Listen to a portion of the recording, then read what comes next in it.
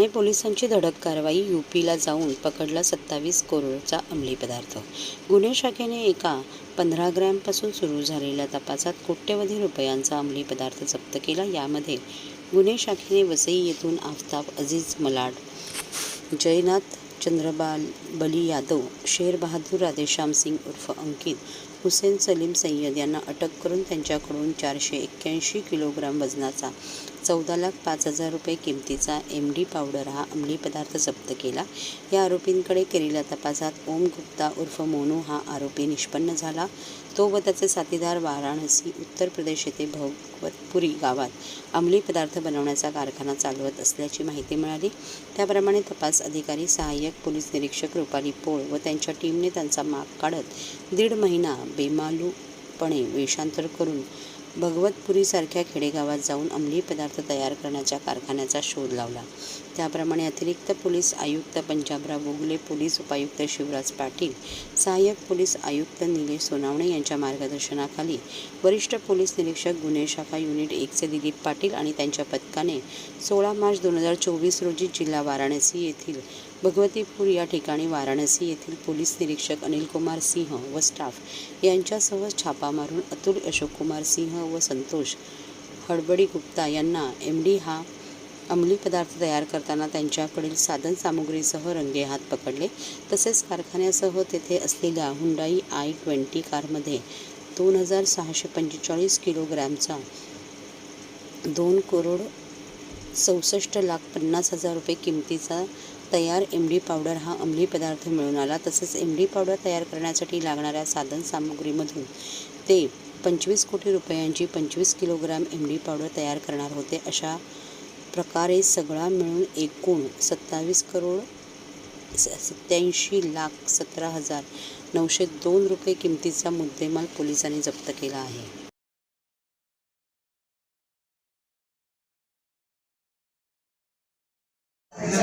मधील अधिकारी सहाय्यक पोलीस निरीक्षक श्रीमती रुपाली पोळ यांना माहिती मिळाली की कासारवाडी पोलीस स्टेशनच्या हद्दीमध्ये MD विक्री करण्यासाठी एक इसम येणार आहे।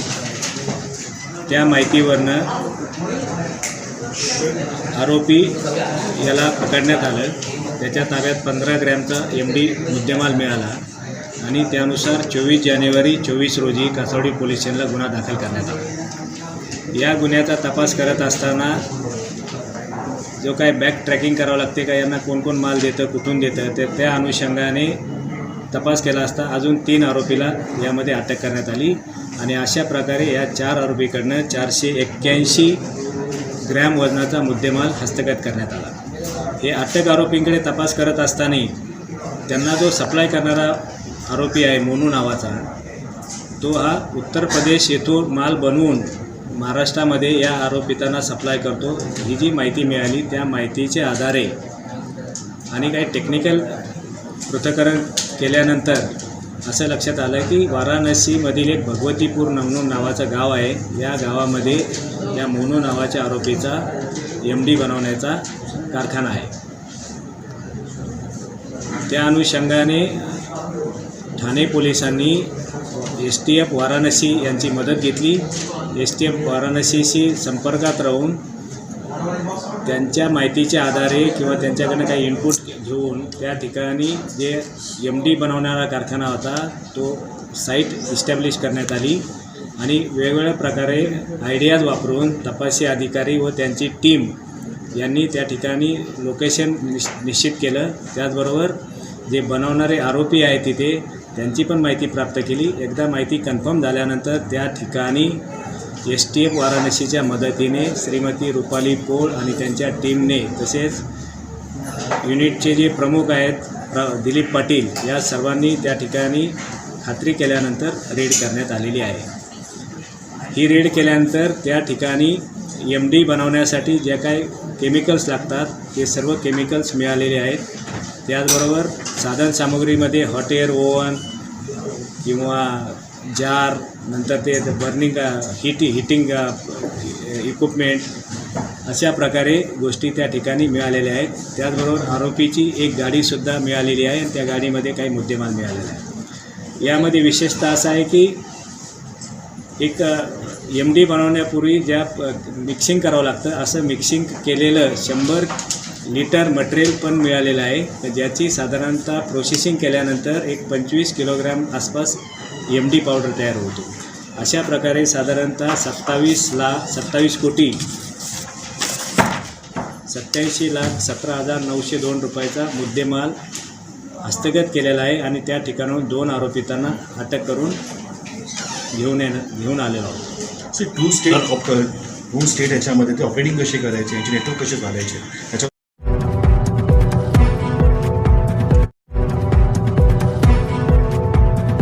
सर्व नागरिकांना आवाहन करण्यात येत आहे की सध्या डासांमार्फत पसरणाऱ्या डेंग्यू या आजाराचा प्रसार रोखण्यासाठी प्रत्येकाने पुढील प्रमाणे कार्यवाही करावी. डेंग्यू आजार एडिस इजिप्ती हा डास चावल्याने होतो. या डासांची पैदास साचलेल्या किंवा साचवलेल्या स्वच्छ पाण्यामध्ये होते. 8 दिवसांपेक्षा जास्त दिवस पाणी उघडे व साचून राहिल्यास त्यात डास अंडी घालतात. अंड्यांच्या अळ्या तयार होऊन पुढे डास तयार होतात. यासाठी आपल्या घरातील पाणी साठे उदाहरणार्थ बॅरल्स, पिंपे, टाक्या, हौद, रांजणे इत्यादी दर आठवड्याला रिकामे करून घासून पुसून कोरडे करून पुन्हा भरावे. 1 दिवस कोरडा दिवस म्हणून पाळावा. पाणी साठ्यांना घट्ट झाकणे बसवावीत किंवा जुनी साडी, चादर, धोतर यांनी बांधून झाकून ठेवावीत, म्हणजे डास त्यात जाऊन अंडी घालणार नाहीत. घराच्या गच्चीवर, आजूबाजूला, अंगणात कोठेही पाणी साचू देऊ नये. भंगार सामान उघड्यावर टाकू नये.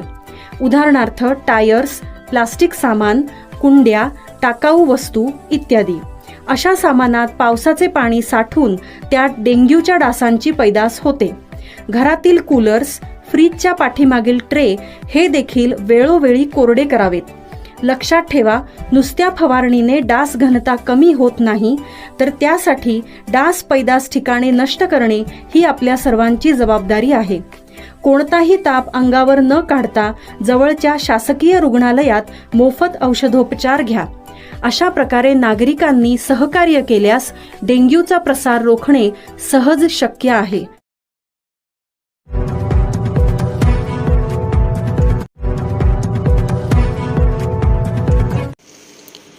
पिरामल रिअल्टी आणि एस्कॉन यांच्यातर्फे ठाण्यातील पिरामल वैकुंठ येथे श्री श्री राधा गोविंद देव मंदिराचे उद्घाटन.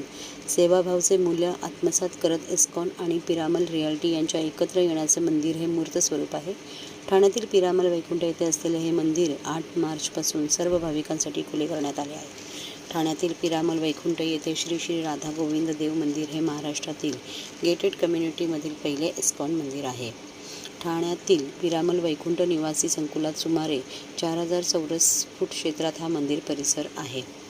हा उद्घाटन समारंभ एस्कॉनच्या नियामक मंडळाचे आयुक्त परमपूज्य राधानाथ स्वामी, एस्कॉनच्या नियामक मंडळाचे आयुक्त H.G. गौरांगदास, पिरामल एंटरप्राइजेसचे लिमिटेडचे अध्यक्ष श्री अजय पिरामल, पिरामल ग्रुपच्या उपाध्यक्ष डॉक्टर स्वाती पिरामल आणि पिरामल कुटुंब यांच्या उपस्थितीत पार पडला.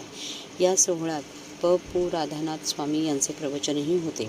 वैकुंठ हे शाश्वत आनंद आणि आध्यात्मिक पूर्णता यांनी भरलेले भगवान विष्णू यांचे देवी निवासस्थान आहे. पिरामल रिअल्टी आणि एस्कॉन यांचे एकत्र येणे अध्यात्म आणि आधुनिक शैली यांच्या सुसंवादी एकत्रीकरणाचे प्रतीक आहे. यातून सेवाभाव प्रतीत होतो आणि चांगले राहा आणि चांगले काम करा या प्रती असलेली पिरामल समूहाची बांधिलकी प्रतिबिंबित होते. हे मंदिर गुजरात आणि राजस्थानच्या भव्य मंदिरापासून प्रेरणा घेते. मंदिराला एकच शिखर असून 18 खांबांनी ते सुशोभित केलेले आहे. 90 फूट घुमट आणि कल्पवृक्षाने ठळकपणे दर्शवलेले गर्भगृहाचे प्रवेशद्वार आहे. राजस्थानच्या भरतपूरमधील बन्सी पहारपूर येथून खास मागवलेल्या गुलाबी वाळूच्या दगडापासून काळजीपूर्वक तयार केले आहे. हे मंदिर शिल्पशास्त्र आणि वास्तुशास्त्र या तत्वानुसार बांधले गेले असून प्रख्यात नागरा स्थापत्य शैलीला अनुसरून आहे. अयोध्येतील नुकत्याच उभारणी झालेल्या श्री राम जन्मभूमी मंदिराच्या रचनेची आठवण करून देणारे आहे. अब इस्कॉन के भक्तगण समाज के सपोर्ट के साथ इसको आगे चलाएंगे. यहाँ पर गीता, भागवतम, रामायण, महाभारत इसको लेकर बच्चों के लिए, युवाओं के लिए, परिवारों के लिए संस्कार और शिक्षा हर प्रकार से यहाँ पर ज्ञान का वितरण होगा. और आध्यात्मिक रूप से लोगों के अंदर परिवर्तन लाने के लिए महामंत्र का कीर्तन और हर प्रकार से लोगों को ज्ञान मिले। प्रभु जी, मंदिर निर्माण का काम कितने दिनों में पूरा हुआ? ये मंदिर निर्माण का काम लगभग 2 वर्ष के अंदर पूरा हुआ।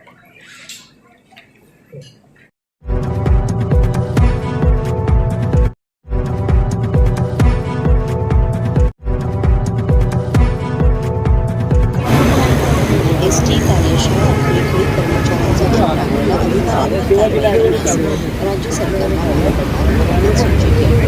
परवा येथील एसटी कर्मचाऱ्यांच्या मुख्यावर त्याची टाकली तर दुसरीकडे 400 रुपयांचे काम 100 कर्मचारी करत असतील. त्यांच्यावर कामाचा प्रचंड ताण निर्माण झाला आहे. काही दिवसांपूर्वी कर्मचारी जखमी झाले त्याचे अधिकारी जबाबदारी असून त्यांच्यावर योग्य असावी राज्य सरकारने करत असल्याचे आमदार संजय केळकर राज्य शाळेतून दुरावस्थेवर कर्मचाऱ्यांनी केलेल्या तक्रारीनंतर आमदार संजय कर्मचाऱ्यांच्या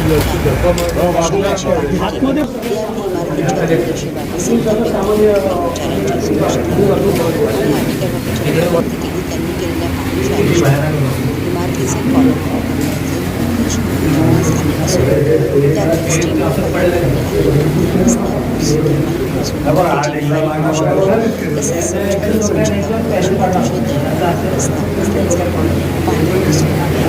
आज मी या ठिकाणी पाहणी दौरा केला.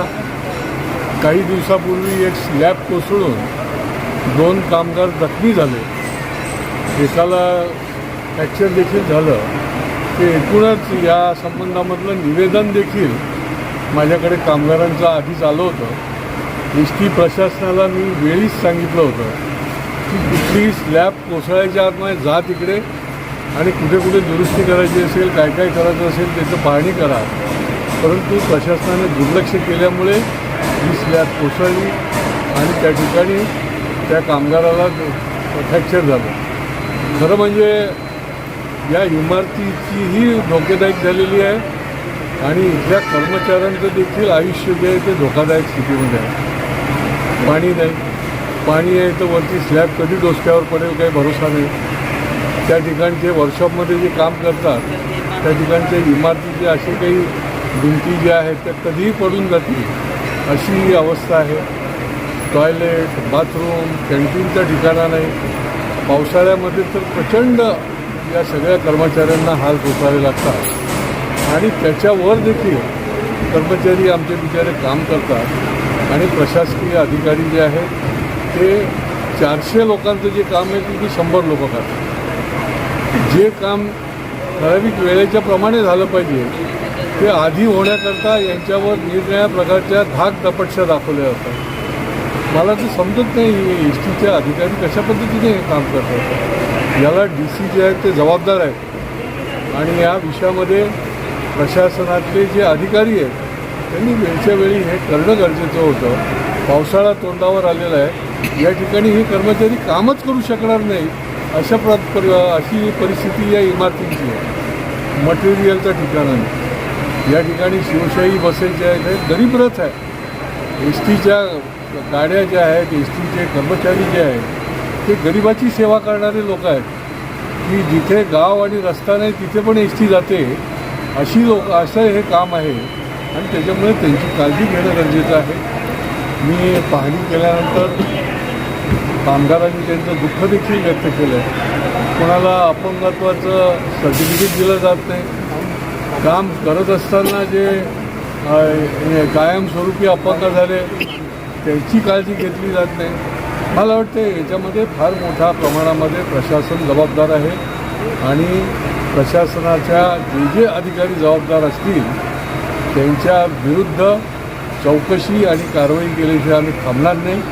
शेवटी शासन जे आहे ते गरीब कल्याण शासन आहे. गरिबाचं कल्याण करण्याकरता शासन आहे. कामगारांचं आणि एस टीच्या कर्मचाऱ्यांना योग्य पद्धतीने त्यांना काम देणारं असं शासन आहे. त्यांची काळजी घेणारं शासन आहे. परंतु जर प्रशासन अशा पद्धतीने वागत असेल, काम करत असेल तर योग्य पद्धतीने कारवाई, ठोस अशा प्रकारची कारवाई केली जाईल. ठोस अशा प्रकारची कारवाई करायला आम्ही आमच्या शासनाला निश्चितपणे भाग पाडू.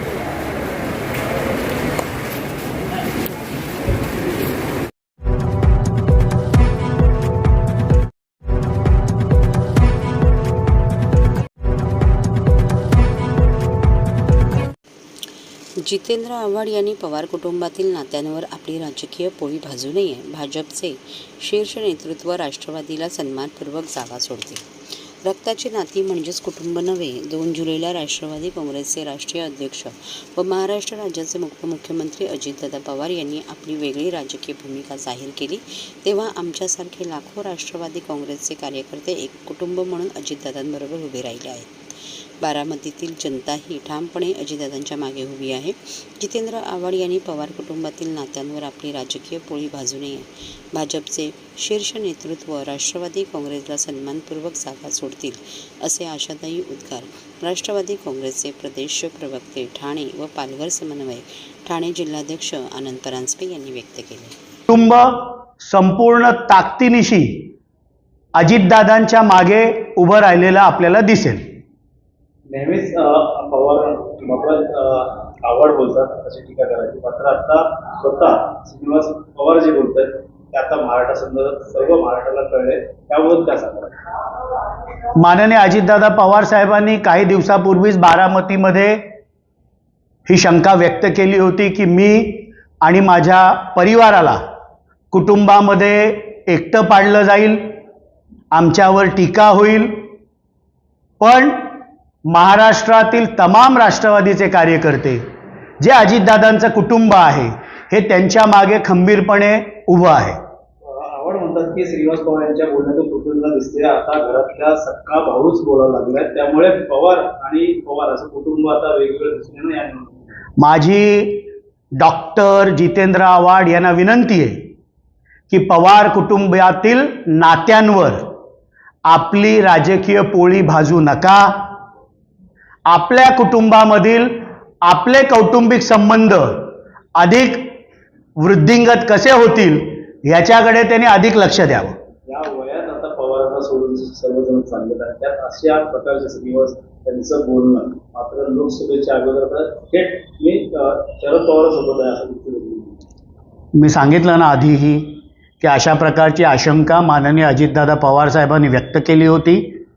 संपूर्ण महाराष्ट्रातील सर्व कार्यकर्ते, बारामतीची जनता हे त्यांचं कुटुंब आहे आणि येणाऱ्या लोकसभेच्या निवडणुकीमध्ये हे कुटुंब, बारामतीची जनता संपूर्णपणे ही अजितदादांच्या मागे खंबीरपणे उभी राहिलेली आपल्याला दिसेल. हे सर्व कुटुंब एकत्र दिसायचं असं देखील मात्र आता कुठंतरी कुटुंब दिसणार नाही. ज्यावेळेला 2 जुलैला वेगळी राजकीय भूमिका माननीय अजितदादा पवार साहेबांनी घेतली, त्यावेळेलाच जरी कुटुंब एक असलं तरी 2 राजकीय भूमिका आहेत हे स्पष्ट झालं होतं. आणि माननीय अजितदादा पवार साहेबांनी वेळोवेळी सांगितलेलं आहे की मी आता वेगळी राजकीय भूमिका घेतलेली आहे आणि म्हणून येणाऱ्या लोकसभेच्या निवडणुकीमध्ये बारामतीचं त्यांचं कुटुंब हे त्यांच्या मागे उभं राहील. 2019ला उपमुख्यमंत्र्यांकडे मोठी चूक आहे असं देखील त्यांचं म्हणणं आणि आता पवारांचं मी सांगितलं ना की डॉक्टर जितेंद्र आव्हाड हे आमच्या सगळ्यांचं श्रद्धास्थान आदरणीय पवार साहेबांपेक्षाही मोठे झालेले आहेत. वारंवार ते बोलतात की पवार साहेबांची चूक झाली. आता पवार साहेबांची चूक काढण्या एवढे ते मोठे झाले असतील तर मला माहीत नाही. याचा प्रत्यय आत्ताच 2 दिवसापूर्वी कळव्यामध्ये जे बॅनर लागले होते भारत जोडो यात्रेचे, त्याच्यामध्ये एकीकडे म्हणायचं की आदरणीय पवार साहेब माझा बाप आहे आणि त्याच मोठ्या बॅनरवर फक्त राहुल गांधींचा फोटो होता, स्वतःचा फोटो होता. मात्र आपण ज्यांना बाप म्हणून म्हणतो त्या बापाचा फोटो तर बॅनरवर नव्हता. तो बॅनर कृपया मीडियाने जाऊन बघितला असेल किंवा कोणी व्हिज्युअल्स घेतले असतील तर ते दाखवा लोकांना. चंद्रकांत पाटील देखील म्हणतात की शरद पवार यांनी लोकशाहीचा खून केलेला आहे. का वाटतं येणाऱ्या काळात लोकसभेसाठी आता चंद्रकांत पाटील देखील तयारी पवार सोबत राष्ट्रवादी काँग्रेस पार्टी, आमचे राष्ट्रीय अध्यक्ष, राज्याचे लाडके उपमुख्यमंत्री माननीय अजितदादा पवार साहेब यांच्या नेतृत्वाखाली राष्ट्रीय कार्याध्यक्ष खासदार माननीय प्रफुल्लजी पटेल, प्रांताध्यक्ष खासदार माननीय सुनीलजी तटकरे या तिघांच्या नेतृत्वाखाली महायुतीमध्ये जेवढ्या लोकसभेच्या जागा मिळतील या सगळ्या जागांवर महायुतीचा घटक पक्ष म्हणून राष्ट्रवादीचा उमेदवार घड्याळ चिन्ह घेऊन विजयी होईल, हा आमचा सगळ्या कार्यकर्त्यांचा संकल्प आणि मानस आहे. नुकसान केलंय असं देखील चंद्रकांत पाटील म्हणतात. शरद पवारांनी काय नक्की त्यांनी नुकसान केलं? आतापर्यंत अनेक लोकांना मंत्री बनवलं, उपमुख्यमंत्री बनवलं अजितदादांना. अशा वेळेस आता या वयात आता माननीय चंद्रकांत पाटील काय बोलले मी ऐकलं नाही, त्यावर मी अधिक टिप्पणी करणार नाही. काय वाटतं येणारी निवडणूक कशा प्रकारे असणार आहे? राष्ट्रवादी असेल, राष्ट्रवादी देखील असेल आणि न्यायालय देखील लढायची. आम्ही राष्ट्रवादी काँग्रेस पार्टी NDAचा घटक पक्ष आहोत. महाराष्ट्रामध्ये महायुती म्हणून भारतीय जनता पार्टी, शिवसेना आणि राष्ट्रवादी काँग्रेस पार्टी